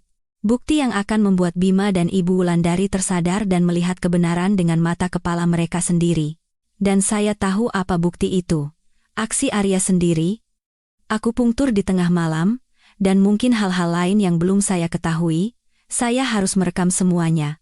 Saya butuh mata ketiga, seorang saksi bisu yang setia, sebuah kamera. Keputusan telah dibuat. Tapi bagaimana cara memasang kamera di kamar Ibu Wulandari? Kamar yang selalu dijaga oleh Arya, kamar yang terlarang bagi saya. Misi ini nyaris mustahil. Tapi, arah saya adalah seorang arsitek. Saya lebih tahu dari siapapun tentang struktur sebuah ruang, tentang titik buta, dan celah-celahnya. Saya pun menyusun sebuah rencana. Kamar Ibu Wulandari berada persis di atas ruang keluarga di lantai 2. Plafon ruang keluarga itu menggunakan sistem lampu tanam atau downlight. Salah satu lampu itu posisinya berada tepat di bawah area ranjang Ibu Wulandari. Jika saya bisa mengganti lampu itu dengan kamera tersembunyi yang bentuknya identik, saya bisa merekam semua yang terjadi di dalam kamar. Sudut pandang dari bawah ke atas, sudut yang tidak akan pernah terdeteksi. Masalahnya adalah bagaimana melakukannya tanpa ada yang curiga. Saya menunggu kesempatan yang sempurna, dan akhirnya kesempatan itu datang. Suatu pagi di akhir pekan, Arya berkata ia harus membawa Ibu Wulandari ke seorang sinse di luar kota untuk mendapatkan ramuan yang lebih langka, dan akan memakan waktu seharian. Bima punya janji bermain golf dengan teman-temannya. Seluruh rumah akan menjadi milik saya. Begitu mereka pergi, saya langsung beraksi. Saya sudah memesan kamera tersembunyi berbentuk lampu downlight secara online. Resolusinya tinggi, bisa merekam dalam kondisi gelap, dan mengirimkan video secara langsung ke ponsel saya. Saya mengambil tangga dan kotak peralatan, dan berubah menjadi teknisi listrik dadakan. Proses bongkar pasang berjalan cukup lancar. Saya dengan hati-hati melepas lampu yang ada, menyambungkan kabel ke kamera baru, dan memasangnya dengan sempurna. Dilihat dari bawah, tidak ada yang akan menyangka itu adalah sebuah kamera. Saya menyalakan ponsel dan menghubungkannya dengan sinyal. Gambar kamar Ibu Wulandari muncul dengan jelas di layar, ranjang besar, meja rias, lemari, perangkap telah dipasang. Kini tinggal menunggu sang mangsa masuk ke dalamnya. Sepanjang hari itu, saya diliputi kecemasan. Saya terus-menerus mengecek ponsel, melihat ulang rekaman kamera. Sore harinya, Arya dan Ibu Wulandari kembali. Ibu Wulandari tampak lebih lelah, mungkin perjalanan jauh membuatnya letih. Malam itu, saya tidak tidur. Saya duduk di kamar saya, mata terpaku pada layar ponsel, menahan napas dan menunggu. Sekitar pukul 1 dini hari, saya melihat Arya diam-diam bangun. Tanpa menyalakan lampu, ia berjalan ke sebuah meja kecil di sudut kamar, tempat ia biasa menyimpan peralatan medisnya. Ia membuka sebuah kotak dan mengeluarkan sebuah suntikan dan botol obat kecil tanpa label. Jantung saya serasa berhenti berdetak. Obat? Bukankah ia hanya menggunakan akupunktur? Racun apa yang sedang ia suntikkan? Arya dengan hati-hati menarik cairan bening dari botol ke dalam suntikan, lalu berjalan menuju botol air minum yang selalu diletakkan Ibu Wulandari di samping tempat tidurnya. Dengan gerakan pelan dan senyap, ia menyuntikkan seluruh cairan itu ke dalam botol air. Lalu, ia mengocoknya sedikit dan meletakkannya kembali di tempat semula tanpa suara. Saya membeku di tempat. Sekujur tubuh saya terasa dingin, saya mendapatkan buktinya. Bukti pembunuhan yang tak terbantahkan. Tapi itu belum semuanya. Setelah menyuntikkan obat, Arya kembali ke tempat tidur. Ia tidak berbaring, melainkan membalikkan tubuh Ibu Wulandari menjadi tengkurap. Lalu ia mengeluarkan lagi jarum-jarum itu. Namun sebelum memulai, ia melakukan sesuatu yang membuat saya merinding. Ia mendekatkan mulutnya ke telinga Ibu Wulandari, yang mungkin tertidur lelap karena efek obat penenang, dan berbisik. Suaranya terdengar jelas melalui kamera dan sampai ke earphone saya. Suara yang dingin dan penuh kebencian. Kau dan anakmu sudah cukup bersenang-senang. Kalian hidup puluhan tahun di atas penderitaan ibuku dan hidupku. Sekarang saatnya mengembalikan semuanya. Dengan rasa sakit, dan dengan nyawa. Ibu, lihatlah putramu. Aku sedang membalaskan dendammu. Setelah berkata begitu, ia mulai menusukkan jarum-jarum itu ke punggung Ibu Wulandari tanpa ampun dan tanpa ragu. Saya merekam semuanya. Suaranya, tindakannya, semuanya tersimpan di dalam ponsel saya. Sandiwara Arya Wirawan, sudah saatnya untuk berakhir. Saya duduk tak bergerak dalam kegelapan, mata terpaku pada layar ponsel. Video yang baru saja saya rekam lebih dari sekadar bukti. Itu adalah sebuah dakwaan yang tak terbantahkan. Sebuah pengakuan keji dari mulut pelaku sendiri. Suara Arya yang dingin dan penuh kebencian. Kau dan anakmu sudah cukup bersenang-senang. Sekarang saatnya mengembalikan semuanya pada ibuku, dan aku terus terngiang di kepala saya. Mengerikan dan mencekam. Di balik penampilan yang ramah dan berbakti, ada jurang kebencian. Dendam yang dipupuk selama 20 tahun telah mengubahnya menjadi iblis yang rela melakukan apa saja demi balas dendam. Meskipun saya sudah tahu motif dan rahasia kelahirannya, melihat dan mendengarnya secara langsung membuat sekujur tubuh saya gemetar. Saya tidak sedang berhadapan dengan penipu biasa, tetapi dengan seorang pembunuh berdarah dingin. Saya kini memegang bukti yang tak terbantahkan. Saya bisa saja langsung menyerahkan video ini ke polisi dan membuat Arya membayar perbuatannya malam ini juga. Tapi saya tidak melakukannya. Sebuah nalar yang dingin luar biasa menguasai pikiran saya. Jika saya bertindak sekarang, semuanya akan berakhir terlalu cepat, terlalu mudah. Saya tidak hanya ingin dia dipenjara. Saya ingin dia hancur total, kedoknya terbuka di hadapan orang-orang yang coba ia tipu. Saya ingin Ibu Wulandari, yang mempercayainya secara buta, melihat sendiri iblis yang ia bawa masuk ke rumahnya. Saya ingin suami saya yang lemah, Bima, yang tidak mempercayai saya, menyaksikan sendiri kebenaran mengerikan yang coba ia hindari. Saya tidak akan bergerak. Saya akan menunggu saat yang paling sempurna, di panggung yang paling besar, untuk menutup tirai sandiwara ini. Saya menyimpan video itu di dalam folder yang dilindungi berlapis-lapis kata sandi dan mengirimkan satu salinannya ke kantor detektif untuk disimpan. Semua persiapan selesai. Pedang yang paling tajam kini ada di tangan saya. Saya hanya perlu menunggu waktu yang tepat untuk menebaskannya. Beberapa hari berikutnya, saya hidup dalam kepura-puraan dan ketegangan yang luar biasa. Saya harus tetap memainkan peran sebagai istri dan menantu yang tidak tahu apa-apa. Setiap hari saya harus berhadapan dengan Arya, melihat senyum munafiknya, mendengarkan kata-kata perhatiannya yang palsu. Setiap kali ia menyodorkan segelas air kepada Ibu Wulandari, air yang saya tahu telah diracuni, jantung saya terasa diremas. Saya ingin berteriak, ingin menepis gelas itu, tetapi saya harus menahannya. Demi babak akhir, saya harus terus berakting. Kesehatan Ibu Wulandari menurun drastis. Obat yang dicampurkan Arya ke dalam airnya mungkin adalah racun yang bekerja lambat, perlahan merusak organ-organ dalamnya. Ia tidak hanya menderita kesakitan, tetapi juga mulai menunjukkan gejala gagal hati dan ginjal. Kulitnya menguning, tubuhnya membengkak. Ia hampir tidak pernah sadar. Hanya terbaring di tempat tidur dengan napas yang lemah. Kematian terasa sangat dekat. Dan Arya, ia tahu itu. Ia tahu waktunya tidak banyak lagi dan mulai mempercepat rencananya. Bima, Kirana, kemarilah. Ada yang ingin ibu sampaikan. Suatu pagi, setelah terapi dari Arya, Ibu Wulandari terlihat anehnya sadar. Suaranya masih lemah, tetapi ada sorot determinasi di matanya. Saat kami masuk ke kamar, suasana terasa berat seperti di rumah duka. Arya berdiri di samping tempat tidur dengan ekspresi sedih. Anak-anak, sepertinya kondisi ibu tidak baik, kata Ibu Wulandari dengan susah payah. Sepertinya ibu tidak akan bertahan lama. Sebelum pergi, ada satu hal terakhir yang harus ibu lakukan. Ibu ingin membuat surat wasiat. Mendengar itu, Bima bergegas maju dan berlutut di samping tempat tidur, matanya berkaca-kaca. Ibu jangan bicara begitu, ibu pasti sembuh. Tidak, nak, Ibu Wulandari menggeleng dan tersenyum samar. Ibu tahu badan ibu sendiri. Cepat, panggilkan pengacara.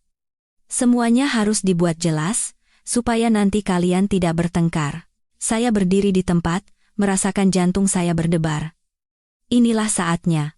Hari penghakiman telah tiba. Arya berkata dengan wajah berduka. Sayang, jangan khawatir. Semuanya sudah aku urus. Tapi jika itu keinginanmu, aku akan segera memanggil pengacara. Aktornya sempurna. Hingga saat terakhir, ia tetap menjadi suami yang berbakti. Ia mengeluarkan ponselnya dan menelepon sebuah kantor hukum, yang mungkin sudah ia siapkan sebelumnya. Ia membuat janji untuk sore itu, semuanya berjalan sesuai rencananya, tapi ia tidak tahu bahwa saya punya rencana saya sendiri. Begitu Arya keluar kamar untuk menerima telepon, saya memberanikan diri mendekati ranjang Ibu Wulandari. Saya tahu ini kesempatan terakhir. Ibu, panggil saya pelan. Ibu Wulandari menoleh. Tatapannya sudah lelah. Ada yang ingin saya tunjukkan pada ibu, kata saya dengan suara bergetar. Takut jika saya bicara langsung ia akan marah lagi, saya memutuskan untuk menggunakan kekuatan gambar. Saya mengeluarkan ponsel dan membuka video yang telah saya rekam. Saya meletakkan ponsel di meja samping tempat tidur, tepat di depan Ibu Wulandari, dan menekan tombol putar. Layar menyala, menampilkan gambar kamar ini, ranjang ini. Ibu Wulandari mengerutkan kening, tidak mengerti. Tetapi begitu ia melihat adegan Arya diam-diam menyuntikkan obat ke botol air minumnya, pupil matanya melebar.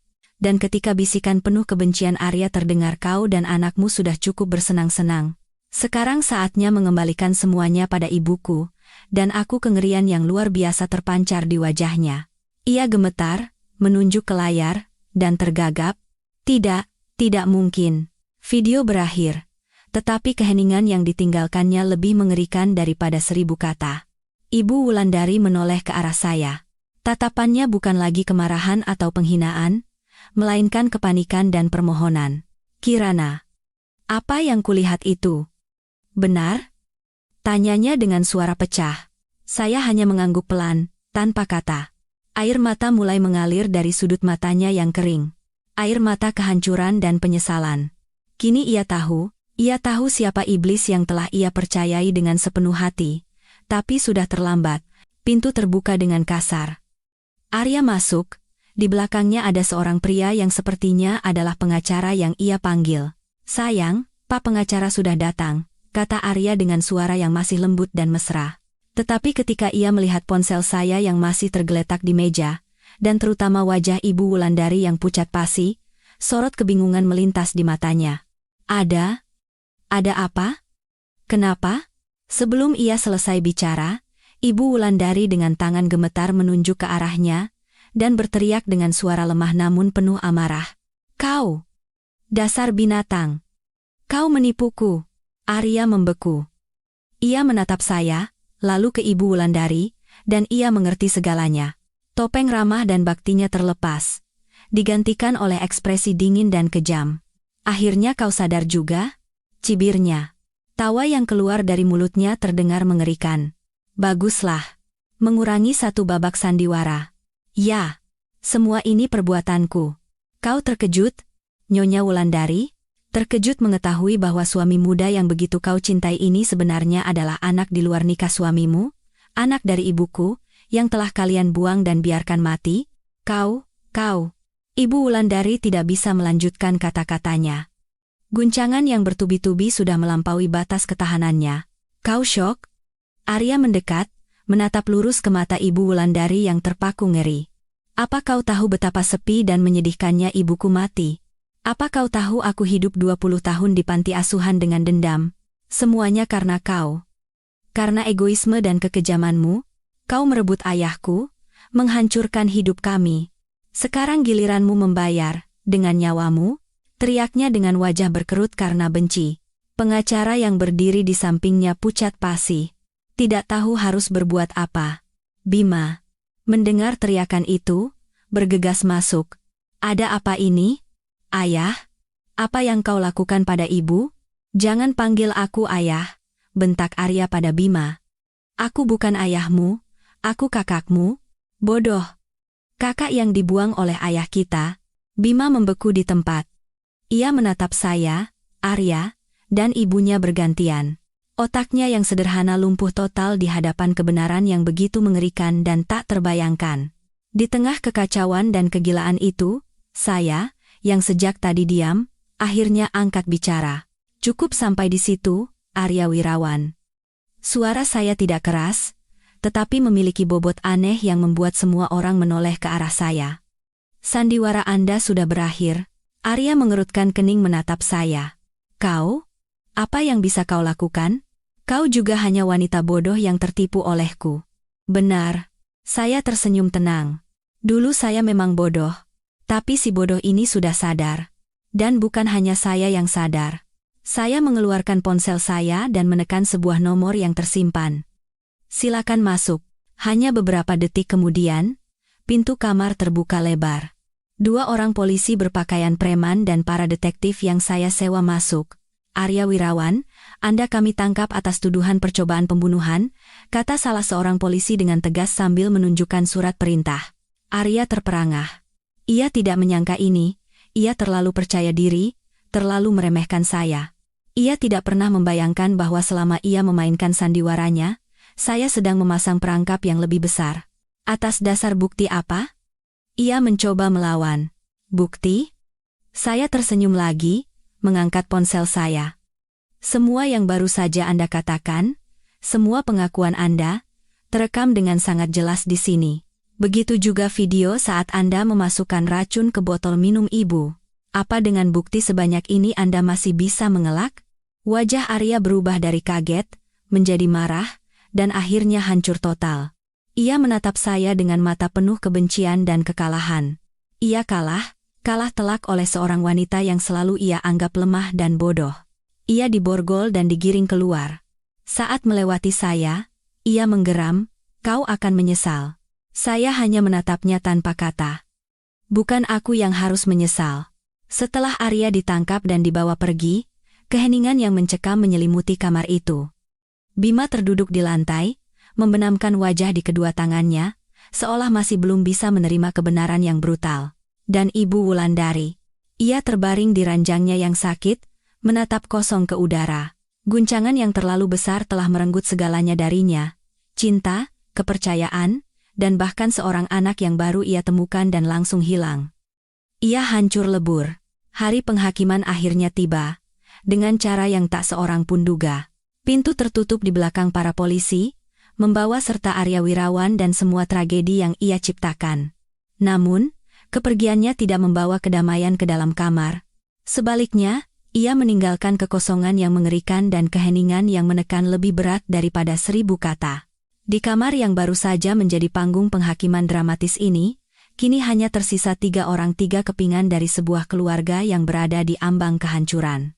Bima masih terduduk di lantai, membenamkan wajah di tangannya, bahunya bergetar pelan. Ia tidak menangis, tapi saya tahu dunia batinnya telah runtuh total. Kepercayaannya pada ibu yang kuat, kekagumannya pada ayah tiri yang cakap, dan kedamaian palsu yang coba ia pertahankan semuanya hancur berkeping-keping. Ia harus menghadapi kenyataan yang tak tertanggungkan. Ibunya nyaris dibunuh. Dan pelakunya adalah saudara tiri yang tak pernah ia kenal. Tetapi yang paling hancur mungkin adalah Ibu Wulandari. Ia terbaring di ranjang besarnya, menatap kosong ke langit-langit. Guncangan karena diracuni oleh orang yang paling ia cintai dan percayai, ditambah dengan kekejaman masa lalu pengkhianatan almarhum suaminya, telah memberikan pukulan telak pada harga diri dan kehidupannya. Wanita tangguh dan arogan yang seumur hidupnya hanya mengenal kemenangan itu kini kalah telak. Ia kehilangan segalanya, bukan hanya harta, tetapi juga kepercayaan, masa lalu, dan masa kini. Ia hanya terbaring di sana, tanpa kata, tanpa tangis, seperti raga tanpa jiwa. Saya memandangi ibu dan anak itu dengan perasaan campur aduk. Saya menang. Saya berhasil membongkar kejahatan dan melindungi ibu mertua saya. Tapi saya tidak merasa gembira. Yang ada hanyalah rasa sedih dan kasihan atas sebuah tragedi keluarga yang seharusnya tidak perlu terjadi. Ibu. Akhirnya Bima mengangkat kepala. Suaranya serak dan pecah. Ia merangkak ke sisi tempat tidur, meraih tangan ibunya yang dingin dan kurus. Ibu tidak apa-apa? Ibu Wulandari tidak menjawab. Seolah tak mendengar apa-apa lagi, ia tenggelam dalam dunianya yang hancur. Kirana, Bima menoleh ke arah saya. Matanya penuh dengan ketidakberdayaan dan permohonan. Aku, apa yang harus kulakukan sekarang? Untuk pertama kalinya dalam beberapa tahun, ia menanyakan hal itu pada saya. Momen di mana pria yang selalu hidup di bawah bayang-bayang ibunya itu untuk pertama kalinya menyadari bahwa ia tidak bisa menyelesaikan apapun sendirian. Saya menarik napas dalam-dalam. Badai telah berlalu, tetapi dampaknya masih terasa, dan kini giliran saya, orang yang telah memicu badai ini, untuk membereskannya. Pertama, kita harus membawa ibu ke rumah sakit, kata saya dengan tenang dan tegas. Beliau sudah lama diracuni. Tubuhnya sangat lemah dan butuh penanganan dokter segera. Ambulans datang tak lama kemudian, dan Ibu Wulandari dibawa pergi dalam keadaan koma. Bima mengikuti di belakangnya seperti bayangan linglung. Saya tetap di rumah, sendirian menghadapi rumah mewah yang dingin, yang masih menyisakan aroma kejahatan dan pengkhianatan. Saya menelepon dewan direksi perusahaan, memberitahukan kejadian ini secara singkat. Saya tahu grup perusahaan akan menghadapi krisis media yang luar biasa, tapi itu urusan besok. Malam ini, saya hanya ingin sendiri. Saya masuk ke ruang kerja Bima. Ruangan yang dulu jarang saya masuki. Ruangan itu berantakan. Dokumen berserakan. Saya duduk di kursinya, dan saya tidak bisa menahannya lagi. Saya membenamkan wajah di meja dan menangis terseduh-seduh. Bukan karena takut atau sakit hati. Saya menangisi segalanya. Kebodohan Bima, kebutaan Ibu Wulandari, kebencian Arya, dan saya sendiri yang harus melewati badai yang begitu besar. Beberapa hari berikutnya adalah masa-masa terberat. Ibu Wulandari didiagnosis mengalami keracunan kronis akibat ramuan herbal langka yang menyebabkan kerusakan saraf, hati, dan ginjal. Dokter berjuang untuk melakukan detoksifikasi dan pengobatan, tetapi karena guncangan mental yang hebat, ia jatuh ke dalam depresi berat. Ia hanya berbaring menatap kosong, tanpa bicara, tanpa senyum. Setelah malam yang mengerikan itu, Bima berubah total. Ia bukan lagi pria lemah yang suka menghindar. Ia dipaksa menghadapi tanggung jawab yang terlalu besar. Siang malam ia menjaga ibunya di rumah sakit, sambil harus menakodai perusahaan yang berada di ambang kehancuran. Kasus Arya Wirawan menjadi skandal nasional. Saham perusahaan anjlok, dan para mitra bisnis membatalkan kontrak satu persatu. Di saat paling terpuruk itulah, ia datang kepada saya. Ia tidak lagi menangis atau memohon. Ia berdiri di hadapan saya dan menundukkan kepalanya dalam-dalam sebuah gestur pengakuan dan penyesalan. Kirana, aku salah, katanya dengan suara serak. Aku terlalu pengecut, terlalu bodoh. Aku tidak mempercayaimu, membiarkanmu berjuang sendirian. Aku tidak pantas meminta maaf. Aku hanya ingin bilang, maafkan aku. Saya menatap pria di hadapan saya. Ia tampak sangat kurus karena kurang tidur dan cemas. Tetapi di matanya, tidak ada lagi kelemahan, yang ada hanyalah penyesalan dan sebuah pertumbuhan yang terlambat. Aku tidak menyalahkanmu, kata saya, dan saya sadar itu tulus. Saya tidak lagi membencinya, hanya merasa kasihan. Tapi, Mas Bima, hubungan kita, kurasa kamu juga tahu. Ia tersenyum sedih, memotong ucapan saya. Aku tahu. Tidak mungkin bisa kembali seperti dulu. Aku tidak berani berharap. Aku hanya mohon, beri aku kesempatan untuk menebus kesalahanku. Perusahaan di ambang kehancuran. Ibu seperti itu. Aku sendirian tidak tahu harus berbuat apa. Bisakah kamu membantuku? Membantu menyelamatkan ibu dan perusahaan ini? Hasil kerja keras ayah seumur hidup, ia meminta bantuan bukan sebagai suami, tetapi sebagai partner, sebagai orang yang membutuhkan kecerdasan dan ketegaran saya. Saya terdiam lama. Saya bisa saja menolak, berbalik pergi, dan membiarkan mereka terpuruk dalam puing-puing yang mereka ciptakan sendiri. Tetapi kemudian, bayangan Ibu Wulandari yang terbaring sakit, bayangan Bima yang putus asa, dan bayangan almarhum ayah mertua saya yang, terlepas dari kesalahannya, pernah menjadi pengusaha hebat, melintas di benak saya. Saya menghela napas. Baiklah, aku akan membantumu. Itu bukan keputusan yang mudah, tapi saya tahu itu adalah hal yang benar untuk dilakukan. Keputusan saya untuk tetap tinggal dan membantu keluarga Santoso mengejutkan banyak orang. Teman-teman saya bilang saya terlalu baik hati, terlalu pemaaf, tapi hanya saya yang tahu alasannya. Saya melakukannya bukan karena saya masih mencintai Bima, atau karena kasihan pada Ibu Wulandari. Saya melakukannya untuk diri saya sendiri. Saya tidak ingin menjalani sisa hidup saya dengan pertanyaan bagaimana jika dan penyesalan. Dan yang lebih penting, saya ingin mengakhiri tragedi ini dengan tangan saya sendiri, bukan dengan kehancuran dan kebencian, melainkan dengan pemulihan dan pembangunan kembali. Saya dan Bima memulai sebuah perang baru, perang untuk membangkitkan kembali grup perusahaan dari ambang kebangkrutan. Itu adalah perjalanan yang sangat sulit. Dengan latar belakang arsitektur dan pemikiran logis saya menyusun rencana restrukturisasi total. Bima, dengan sisa-sisa koneksi dan kepercayaannya, menemui para mitra satu persatu, meyakinkan dan bernegosiasi. Kami bekerja siang dan malam bersama. Ia bukan lagi atasan, saya bukan lagi bawahan. Kami adalah rekan seperjuangan di garis depan yang sama. Dalam proses itu, saya melihat sisi Bima yang sama sekali berbeda. Ia tidak lagi lemah atau menghindar. Ia menjadi lebih tegar, lebih tegas, dan lebih bertanggung jawab. Ia belajar untuk mendengar, belajar untuk mengakui kesalahan, dan belajar untuk menghadapi kesulitan. Ia benar-benar tumbuh dewasa, dan keajaiban pun terjadi. Setelah kerja keras tanpa henti, kami berhasil menarik kapal Santoso Group yang nyaris karam dari lumpur. Saham perlahan stabil, investor mulai kembali, proyek-proyek baru dimulai. Grup perusahaan memang tidak seglamor dulu, tetapi ia berdiri kembali dengan kokoh, di atas fondasi transparansi dan kompetensi, menjanjikan masa depan yang lebih berkelanjutan. Sementara itu, kondisi Ibu Wulandari juga menunjukkan perkembangan positif. Setelah terapi psikologis dan fisik yang panjang, ia perlahan pulih. Guncangan hebat itu seolah telah membersihkan semua arogansi dan keangkuhan dalam dirinya. Ia menjadi lebih tenang, lebih lembut. Ia tidak pernah lagi menyinggung masa lalu, tidak menyalahkan Arya, tidak juga menyalahkan saya atau Bima. Suatu sore, saat saya membawakan bubur untuknya, ia meraih tangan saya. Untuk pertama kalinya, ia menatap saya dengan tatapan yang tulus dan penuh kasih sayang. "Kirana," katanya dengan suara serak. "Terima kasih. Dan maafkan Ibu." Hanya 3 kata. Tapi 3 kata itu meluluhkan semua kepahitan dan sakit hati yang saya alami selama bertahun-tahun. Saya tersenyum. Dan untuk pertama kalinya, dengan tulus, saya memanggilnya Ibu.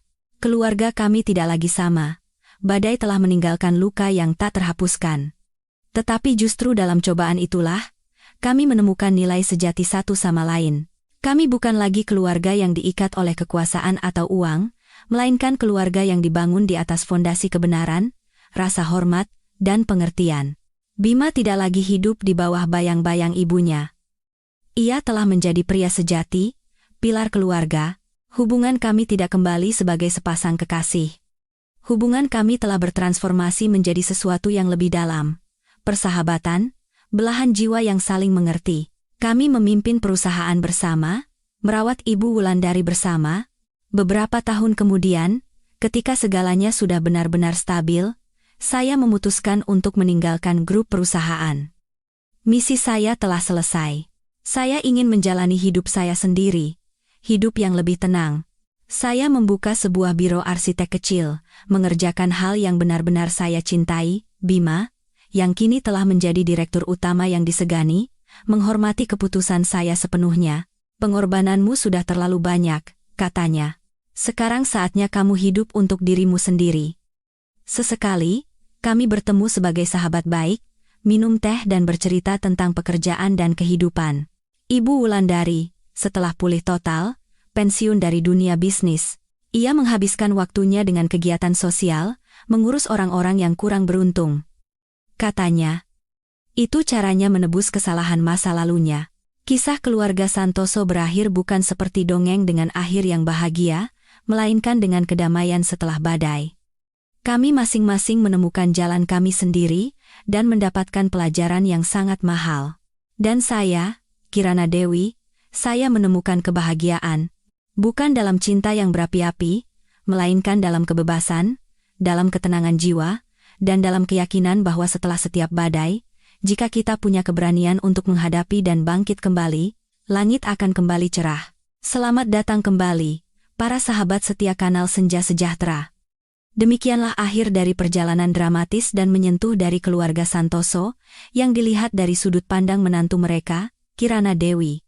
Sebuah kisah dengan lika-liku tak terduga. Konspirasi licik di balik topeng cinta, yang memberikan akhir tragis bagi si pelaku kejahatan, dan sebuah kelahiran kembali yang penuh makna bagi mereka yang tersisa. Ketika cerita terakhir ini ditutup, saya yakin di dalam benak kita masing-masing tersisa gema yang dalam, berbagai pemikiran, dan pelajaran berharga. Ini bukan sekadar kisah balas dendam yang sensasional, melainkan sebuah cermin yang merefleksikan sisi kompleks dari jiwa manusia dan tragedi yang berakar dari masa lalu. Melalui kisah ini, kita bisa berkaca dan mengambil hikmah untuk menjalani hidup yang lebih baik, lebih waspada, dan lebih manusiawi.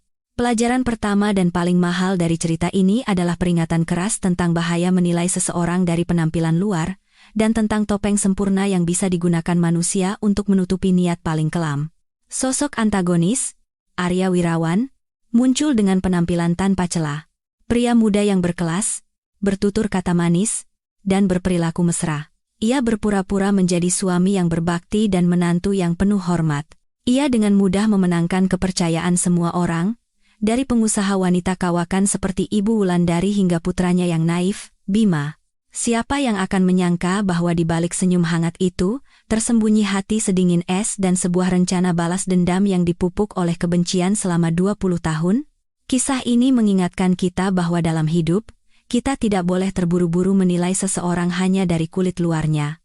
Kata-kata manis bisa menyembunyikan racun, dan perhatian yang berlebihan terkadang bukanlah cinta, melainkan bentuk kontrol yang licik. Kita harus selalu menjaga kepala yang dingin dan mata yang jernih untuk mengamati dan menganalisis, terutama dalam hubungan penting yang melibatkan emosi dan harta benda. Insting kewanitaan yang dimiliki Kirana, terkadang bisa menjadi senjata yang sangat ampuh. Jangan pernah mengabaikannya atau menenangkan diri dengan berkata mungkin aku terlalu curiga. Jika Anda merasa ada sesuatu yang salah, atau sesuatu yang terlalu sempurna untuk menjadi kenyataan, kemungkinan besar ada kebenaran yang tidak sederhana di baliknya. Dari pelajaran tentang kewaspadaan, kita diajak merenungkan masalah yang lebih dalam dan menyakitkan. Tragedi yang lahir dari kesalahan masa lalu dan lingkaran setan kebencian. Semua tragedi keluarga Santoso pada akhirnya berakar dari satu kesalahan di generasi sebelumnya. Pengkhianatan almarhum Bapak Santoso menanamkan benih kebencian di hati Arya Wirawan, dan benih itu, 20 tahun kemudian, tumbuh menjadi pohon beracun raksasa yang akarnya menghancurkan sebuah keluarga.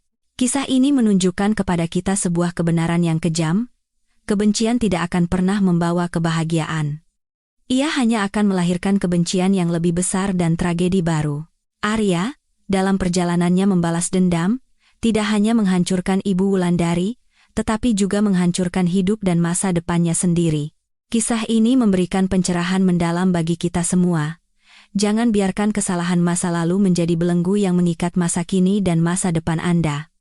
Kita semua mungkin pernah disakiti dan dikhianati. Tetapi hidup dengan memendam dendam sama seperti meminum racun dan berharap orang lain yang mati. Itu hanya akan menggerogoti jiwa Anda dan mengubah Anda dari korban menjadi pelaku kejahatan. Belajar untuk melepaskan dan memaafkan, bukan untuk orang lain, tetapi untuk diri Anda sendiri. Agar jiwa Anda menemukan kedamaian dan bisa menerima hal-hal baik yang baru. Dan mungkin, yang membuat kisah ini paling istimewa dan inspiratif adalah sosok sang menantu, Kirana Dewi. Ia adalah bukti nyata dari kekuatan kebijaksanaan, ketekunan, dan keberanian. Di tengah keluarga dengan ibu mertua yang arogan dan buta, serta suami yang lemah dan peragu, Kirana adalah satu-satunya orang yang tetap waras. Ia tidak hancur di hadapan cobaan, tidak panik di hadapan konspirasi, sebaliknya, ia mengubah rasa takut menjadi tindakan. Ia mencari kebenaran selangkah demi selangkah, seorang diri, dari mengintip di celah pintu, mempelajari buku kedokteran, menyewa detektif, hingga akhirnya dengan berani memasang kamera. Perjalanan Kirana penuh dengan bahaya, tetapi sangat mengagumkan. Kekuatan Kirana tidak terletak pada otot atau kekuasaan. Kekuatannya terletak pada kecerdasannya. Ia tidak melawan kekerasan dengan kekerasan. Ia menggunakan pengetahuannya, logika seorang arsitek, untuk menganalisis dan menghubungkan petunjuk-petunjuk, hingga akhirnya membongkar kejahatan dengan bukti yang tak terbantahkan. Ini menyampaikan pesan penting di era modern. Pengetahuan adalah senjata terkuat. Teruslah belajar dan kembangkan diri Anda. Dengan pengetahuan, Anda akan memiliki kemampuan untuk melihat menembus kepalsuan, untuk melindungi diri sendiri, dan orang yang Anda cintai dari konspirasi dan jebakan kehidupan. Pelajaran mendalam lainnya datang dari sosok suami yang lemah, Bima Nugraha. Meskipun ia bukan penjahat yang merancang konspirasi jahat seperti Arya, kelemahannya, keraguan-raguannya, dan ketakutannya untuk menghadapi ibunya yang otoriter secara tidak langsung menyuburkan tragedi. Ia memilih untuk diam, mengabaikan kecurigaan istrinya, dan lebih memilih untuk percaya pada kenyataan palsu yang enak didengar daripada dengan berani menghadapi kebenaran yang menyakitkan. Kisah Bima adalah pesan untuk para suami dan anak laki-laki di luar sana. Cinta pada ibu memang mulia, tetapi itu bukan berarti kepercayaan buta. Bakti bukan berarti membiarkan kesalahan orang tua. Pria yang benar-benar kuat bukanlah dia yang patuh pada setiap kata ibunya, melainkan dia yang bisa membedakan mana yang benar dan salah, dan berani membela keluarga kecilnya dari ketidakadilan, bahkan jika ketidakadilan itu datang dari orang yang paling ia cintai.